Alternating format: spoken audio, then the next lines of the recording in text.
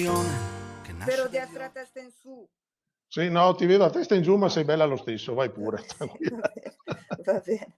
Allora, vabbè, innanzitutto grazie a tutti e grazie per questo inizio di mattinata con Patrizia e adesso con Stefano, che e a tutto il coordinamento, nel senso che ci ha guidato per essere qui in rete. Io oggi sono qui appunto sia come tecnico, sia anche come, Nutrimente Ollus, che è un'associazione milanese che, mette insieme la parte tecnica e la parte dei genitori, per cui tra di noi ci sono anche, tanti genitori e io credo da tecnico che questo lavoro congiunto su più piani, perché sono genitori che sono proprio entrati a far parte del gruppo di lavoro, sia un arricchimento molto importante, anche dal punto di vista emotivo nostro, perché vorrei spezzare una lancia a favore dei clinici, insomma non è semplice fare questo lavoro, dobbiamo sempre stare emotivamente saldi, perché è un lavoro appunto bellissimo, ma anche emotivamente pregnante.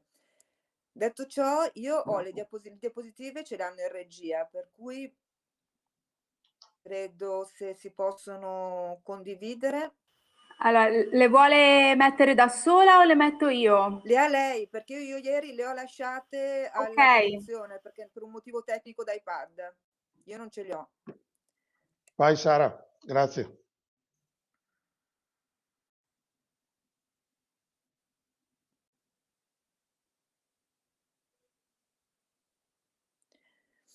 Allora, intanto che le diapositive, che io non vedo, spero che arrivino. Eccole, sono arrivate. Eccoci qua.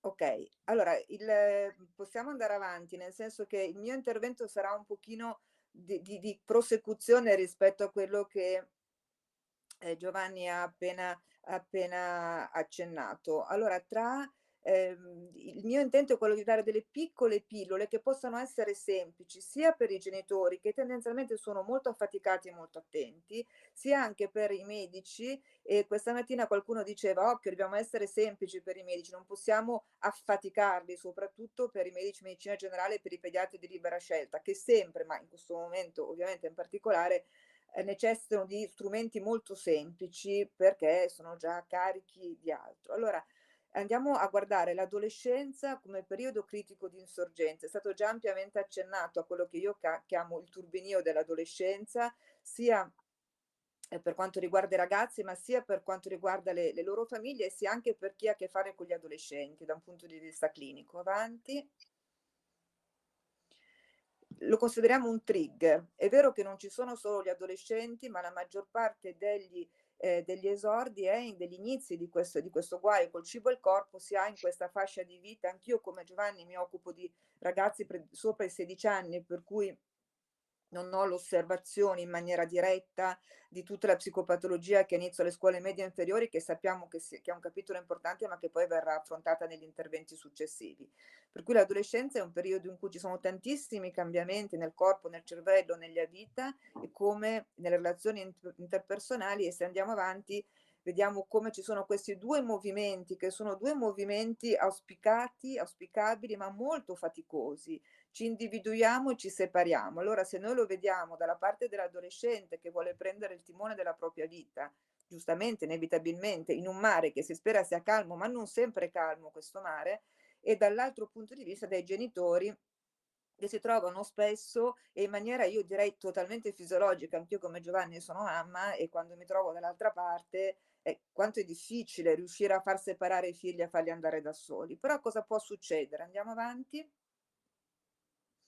Questi sono i due costrutti che vengono toccati in tutte le adolescenti: un cervello che cambia, una mente che cambia, dei desideri che cambiano, una voglia di far da solo che inizia a costituirsi, ma contestualmente quello va tutto ciò si muove in un corpo che cambia pure lui. Il corpo degli adolescenti è un corpo che cambia molto velocemente, è un corpo in cui tutti noi siamo stati adolescenti, se pensiamo alla nostra adolescenza, soprattutto per le donne, ma non solo, cavolo, non ci si riconosce più in quel corpo lì. È un corpo che parla da solo. Per cui questo è un movimento fisiologico di passaggio che, può in qualche modo sfociare, non sempre per fortuna, in una psicopatologia, e il confine è molto sottile ed è molto labile. Ha già accennato Giovanni alla difficoltà di fare diagnosi e al ritardo di fare diagnosi. Qui c'è scritto proprio 3 anni. Io ho messo un punto esclamativo, ma sottolineando che non voglio fare allarmismo, perché credo che non serve, ma semplicemente per ricordarci, o soprattutto da clinici, cerchiamo di fare diagnosi il prima possibile. E se andiamo avanti, vediamo che il ritardo della diagnosi però non è solo perché i clinici non sanno da che parte muoversi, ma proprio per come è fatto questo disturbo e per come è fatto l'adolescenza. Non se ne parla. Gli adolescenti non vengono a chiederti aiuto perché hanno un guaio col cibo o con il corpo, ma se lo vivono tendenzialmente nella loro intimità, nei loro silenzi, per cui non è semplice. Se vediamo questa diapositiva, a me piace tanto, non è così recente come gli studi italiani che ha fatto vedere Giovanni, io lo chiamo il treno dell'insight, ed è della presa in carico. Come vedete è molto lento perché c'è un tempo che è un tempo in cui io adolescente devo realizzare di avere un problema, io genitore devo realizzare di avere un problema, dopodiché sono quelle prime 91 settimane che vedete in violetto, dopodiché a un certo punto quando io prendo consapevolezza devo capire dove cavolo andare, no? Qui si parla del medico di medicina generale, qui c'è il lavoro di tante associazioni, compresa la nostra, di cercare di indirizzare le persone. Noi non facciamo terapia, ma cerchiamo di accogliere e di lavorare con le ragazze e con le loro famiglie su quel violetto e poi sulle 58 settimane in cui si dice ok, ma c'è questo disturbo, ma dove abiti? Dov'è il posto più vicino a casa tua? Come ti puoi muovere? E quindi questo è un lavoro che è un lavoro intenso ed è anche molto gratificante perché vuol dire, oltre l'aspetto di medici, comunque io sono un medico, per cui nella vita so far questo, per cui poi mi occupo della parte medica, però su tutte queste prime parti di questo treno, tra virgolette, si può lavorare tanto ed è le associazioni, il coordinamento anche può dare una grandissima mano. Andiamo avanti. Perché fare diagnosi precoce? Perché ovviamente come tutte le difficoltà, come tutti i disturbi, prima li becchi, prima è. Questo non vuol dire, e sono assolutamente d'accordo con quello che diceva Giovanni, di dire cavolo, è malata da tanto tempo, non si può fare niente. Questo non è vero. Non è vero, lo dimostra la clinica, lo dimostra il tempo emotivo che ciascuno di noi ha per poter affrontare i propri disagi e quello che noi possiamo fare, io credo, ciascuno con il proprio ruolo, che io sia una mamma, che io sia un medico che mi occupo di altro, uno psicologo che mi occupo di altro, oppure chi, come nel mio caso, si occupa nello specifico di questo disagio e fare un accompagnamento che necessariamente deve essere cooperativo. Proprio per andare sulle pillole, sulla semplicità, questi sono i 3 punti che sono presenti anche nel libretto, nel famoso libretto che speriamo che al più presto si possa divulgare. Faremo il possibile, Sara. Abbiamo ancora 5 minuti, grazie. Scusami. Vado, Vai, sono vai. veloce, sono veloce, sono No. veloce. Eh, Grazie. Questi sono i 3 campanelli che sono l'eccessiva preoccupazione per il peso e per la forma del corpo e il cibo, per cui andiamo a guardare questi target, una frattura a un certo punto c'è un cambiamento e un progressivo e marcato ritiro sociale. Avanti.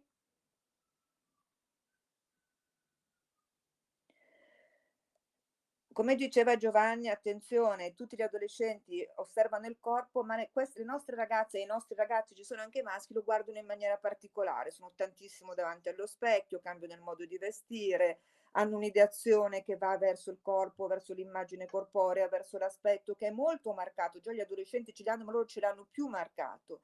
Si offendono al volo, una minima osservazione sul corpo, un'offesa mortale, e poi cambiano appunto il modo di mangiare, l'esercizio fisico e un'iperattività. Questa torta che voi vedete già, come dire, costituita, è quello che succede all'identità. Io nella prima torta, quella di sinistra, la mia identità è fatta di più pezzi. Io sono un pochino studente, un pochino figlia, un pochino il mio corpo, un pochino la scuola. Quello che succede invece, e questo è un asse di osservazione per tutti, anche per i genitori, anche per gli amici, cavolo, io sono tutto il disturbo alimentare, solo il 10% della mia identità diventa la scuola o il resto della vita e questo è molto significativo. Andiamo avanti? L'eccessiva preoccupazione per l'immagine corporea, qui la vedete sulla parte sinistra della diapositiva all'inizio, è una sorta di ruota che fa sì che la difficoltà degli adolescenti poi si declini su una problematica molto particolare col cibo, che può essere restrittiva, ma non solo. Andiamo avanti. C'è una preoccupazione c'è un cambiamento, e questo è molto osservativo da parte delle famiglie, cambia il modo in cui mi approccio al cibo. Mangio da sola, modifico le quantità o le qualità, spezzetto, mangio lentamente, elimino certi alimenti, eccetera, eccetera. Le diapositive stanno andando più veloce della mia voce, ma ce la posso fare. Brava Sara, grazie. Giovanni diceva: attenzione, non è il BMI, però il peso, soprattutto per i medici, ma anche per le famiglie, è un indicatore molto grossolano e molto utile. Che cosa andiamo a vedere? Non il BMI, non solo il BMI, il peso attuale, ma come è cambiato il peso. Negli ultimi 3 mesi, io la chiamo epicrisi del peso, che è successo a sto peso? E nell'ultimo anno, che è successo al peso? E qual è stato il peso massimo? E qual è stato il peso minimo? E quell'ultima voce, che è il peso soppresso, è la differenza tra il peso massimo e il peso minimo. Che vuol dire tutto ciò? Che il peso delle nostre ragazze parla. Abbiamo un peso che cambia molto, e come diceva anche Pier Andrea, è vero che ci preoccupiamo per chi è molto magro, ma noi ci preoccupiamo per chi ha un peso che io in maniera colloquiale chiamo ballerino, un peso che si muove molto e indice di una grossa fatica emotiva. Andiamo avanti. Questo è quello che può succedere. Ci sono dei BMI che, come vedete, questa è una raccolta del peso, vedete il peso come va su e giù. Allora, è come la febbre, e questo può essere uno strumento molto semplice, una bilancia che può essere usato da qualunque medico. Allora, per noi il peso che si muove è un indicatore di febbre sopra i 38, e ovviamente più si muove, più la febbre diventa 39. Qui vedete un BMI che passa da 26 a 15,6, che paura, che fatica. Noi ci immaginiamo quello che per Andrea definiva il dolore psichico, passare da 26 da un BMI di 26 a un BMI di 15,6 vuol dire avere un delta di peso di 25 kg, vuol dire fatica bestiale dal punto di vista emotivo e psicologico e psichico. Andiamo? Il disturbo alimentare va molto oltre a quello che è il cibo e il corpo, cioè la fatica emotiva, e qui andiamo avanti, è una frattura con il passato, è un cambiamento nella sfera emotiva, psicologica, e in questo momento sono i genitori in questa fase che vedono il cambiamento. Andiamo avanti. Con dei segnali fisici, qui sono messi sia per i genitori, ma perché se ne accorgono i genitori, si spaventano molto, tendenzialmente i segnali fisici portano un allarmismo importante, ma anche per tutti i medici che sono che sono tra di voi in questo momento, sono segnali che coinvolgono tutto quanto il corpo. Qualcuno me l'ha già accennato, Giovanni, io non vado avanti in questa direzione perché credo che i colleghi medici siano molto bravi sulla diagnosi del corpo. E poi abbiamo dei segnali, io quindi ho scelti qualcuno giusto perché vi possano rimanere delle pillole. L'umore è stabile, un momento in un modo, un momento nell'altro, l'abilità emotiva, piangono, ridono, sono molto irritabili. Le emozioni, la tolleranza alle emozioni, gli adolescenti hanno delle emozioni molto forti e non ce la fanno a gestirle. E poi ci sono dei segni che si vedono molto di più, per esempio l'insonnia, disturbi del sonno e i disturbi alimentari sono elevatissimi. Tutto ciò ha messo in rosso la vergogna perché non vengono detti. Siamo noi adulti o caregivers che dobbiamo andare a beccarli. E un altro segno che noi andiamo a individuare è il progressivo e marcato ritiro. I ragazzi si isolano, stanno in silenzio, stanno appiccicati ai loro device e tendenzialmente si limitano nelle loro relazioni interpersonali, e anche il calo della libido e la parte affettiva relazionale e la sessualità, che è così importante nella vita e nell'adolescenza in particolare. Ci tenevo a 2 cose insomma dobbiamo capire come fare a individuarli, ma come li individuiamo in tutto questo anno che obiettivamente per ciascuno di noi è un pelo particolare. La letteratura, ha scritto tanto, ci sono 2 articoli che abbiamo scritto anche noi, questo è anche il secondo in collaborazione con andiamo? Andiamo? Se puoi accelerare Sara perché Ho finito, ho mi stanno massacrando. Ho finito 1 minuto e mezzo, allora ho 1 minuto e mezzo. Allora, cosa succede con l'emergenza? Succede che l'emotività, l'ansia, gli stati di depressione, il sonno, si è sballato in tutti quanti noi. Andiamo avanti, si è sballato tantissimo negli adolescenti, uno dei modi in cui si è sviluppata la psicopatologia è la nostra, per cui abbiamo in epoca Covid un aumento del 30% circa dai dati Istat in Italia di È vero, disturbi sì. mentali. Per Sì. cui questo io non ve lo leggo, ma tanto poi credo che le diapositive si vedranno, è l'andamento tipico dell'adolescenza EDA da un'osservazione clinica. Andiamo avanti, che ho finito. Questo tengo molto. Allora, c'è una finestra di tolleranza emotiva per ciascuno di noi, ovviamente c'è ancora di più per i genitori e per noi quando siamo genitori, nel riuscire a riconoscere le difficoltà di chi abbiamo davanti, perché quando sono troppe non ce la facciamo a vedere, le evitiamo, le banalizziamo, le minimizziamo, le razionalizziamo. Quando invece, e quindi le neghiamo, dall'altra parte ci allarmiamo molto, un'ansia pazzesca, allora quello che può succedere è quello che si faccia fatica da genitori e da clinici a stare in relazione con queste ragazze, e l'aiuto di tutto il mondo della rete è quello di non stare da soli e quindi di riuscire a tollerare emotivamente la nostra fatica. Questo è Grazie. il nostro gruppo di lavoro, e poi c'è l'idea Bellissime, appunto del bellissimi. ringraziamento Ecco, dello stare insieme. grazie a Sara, grazie a Giovanni. Prima che la Carla mi ammazzi, volevo solo dire questo.